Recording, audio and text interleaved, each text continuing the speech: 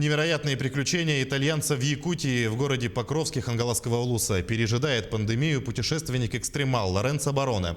В начале этого года он на велосипеде добрался из Магадана до полюса холода Аймекона и затем до Якутска. Сейчас отчаянный итальянец планирует покорение Анабарского улуса. Встретилась и побеседовала с ним наш корреспондент Виолетта Засимова.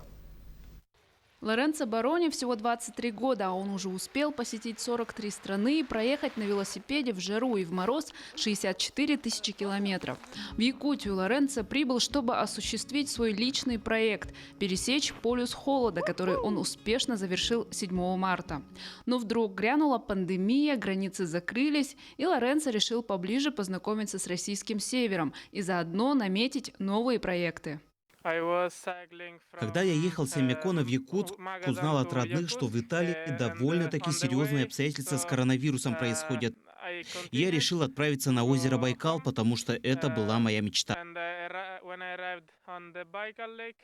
На Байкале он впервые увиделся со своей возлюбленной якутянкой Айгуль. Вместе они преодолели 120 километров пешком по льду легендарного озера и отправились пережидать пандемию в ее родной город Покровск. Летом я заканчивала университет, у меня была дипломная защита, поэтому до июля мы сидели просто в квартире, соблюдали режим самоизоляции, никуда не ходили.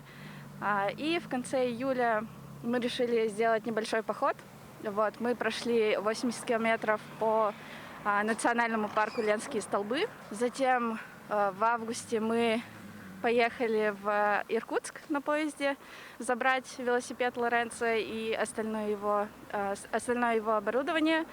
Обо всех своих путешествиях, а также о буднях в Якутии Лоренцо рассказывает в своих блогах в Инстаграм и в Фейсбук.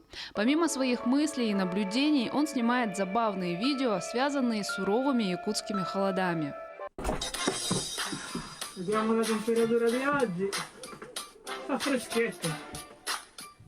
No, mi si sono congelati gli spaghetti.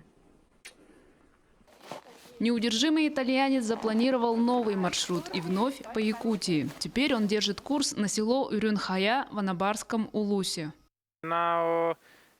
Через 20 дней я планирую отправиться с Якутска в Мирный, затем до Юрюнхая, Анабарского улуса.